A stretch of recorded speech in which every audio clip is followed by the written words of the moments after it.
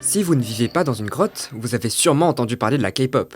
Mais si, vous savez, ces groupes coréens composés de personnes extrêmement bien coiffées. Ça ou encore ça. Vous voyez bien que vous connaissez. Mais alors, vous pensez peut-être que la K-pop est une mode récente ? Eh bien, non.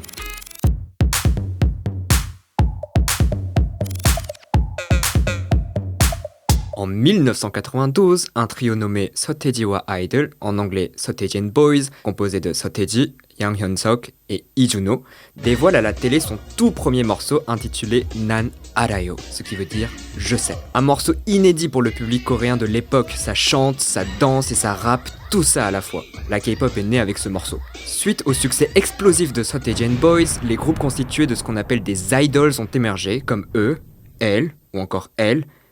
Ouais, c'est vrai que niveau look, c'est quand même un sacré délire, hein. Une des influences les plus importantes de la pop coréenne, c'est le rap. Ce n'est pas pour rien que RM, le leader des BTS, c'est lui, est un rappeur. Avant d'intégrer son groupe, il était déjà très actif dans la scène hip-hop underground coréenne, aux côtés d'autres devenus aujourd'hui très célèbres comme Zico. Et d'ailleurs, RM, ça veut dire Rap Monster. Ah d'accord, en vrai, ça va pour lui. Le label Big Hit a repéré RM et a décidé de faire un groupe de rappeurs autour de lui. Mais ils ont vite compris que les groupes d'idols avaient le vent en poupe, et c'est ainsi qu'ont été formés les BTS. Avec beaucoup moins de rap pour le coup. Bon bah, désolé, Rap Monster.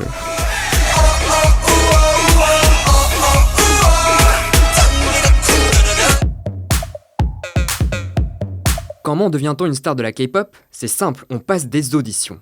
Et ouais, comme Jennifer Beast en Flashdance. Enfin bon, simple, il faudra quand même vous accrocher car la concurrence est extrêmement rude et les candidats sont parfois très jeunes. Le label juge le talent des candidats en chant, en danse, mais il juge également leur photogénie. Parce que oui, les rôles sont très établis dans la K-pop et dans chaque groupe, il y aura celui ou celle qui chante bien, celui ou celle qui assure en danse et le beau gosse ou la belle gosse du groupe. Évidemment, quand on cumule les trois qualités, c'est parfait. Ça peut paraître dingue, mais les idols n'ont pas de droit de regard sur les chansons qu'ils chantent, du moins à leur début. Park Jin-young, c'est lui, auteur, compositeur, interprète et PDG d'un des plus grands labels de K-pop, JYP Entertainment, a déclaré qu'il imposait toutes les chansons aux artistes qu'il produit jusqu'au deuxième album. Dans un autre label, Taeyeon du groupe Girls' Generation a carrément pleuré quand elle a écouté le morceau G pour la première fois. Elle ne voulait absolument pas le chanter. Ironie du sort, G a été le plus gros carton du groupe et le plus gros carton de l'histoire de la K-pop jusqu'à Gangnam Style de Psy. Comme quoi, ça valait bien quelques larmes.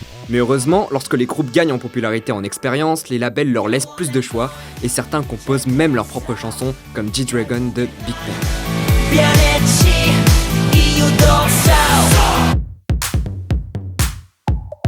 Les artistes de SM Entertainment, le plus grand label de K-pop, ont débarqué en France en 2011 pour un concert unique. C'était il y a 10 ans et les 5000 places se sont écoulées en seulement 15 minutes. Waouh! Mécontents et paniqués, des fans sans place se sont réunis devant le Louvre et ont organisé un flash mob pour réclamer une deuxième date. Des centaines de fans ont dansé la chorégraphie de leur groupe tous ensemble. Résultat, ils ont été entendus et une nouvelle date de concert a été ajoutée. Et les places se sont vendues en 10 minutes.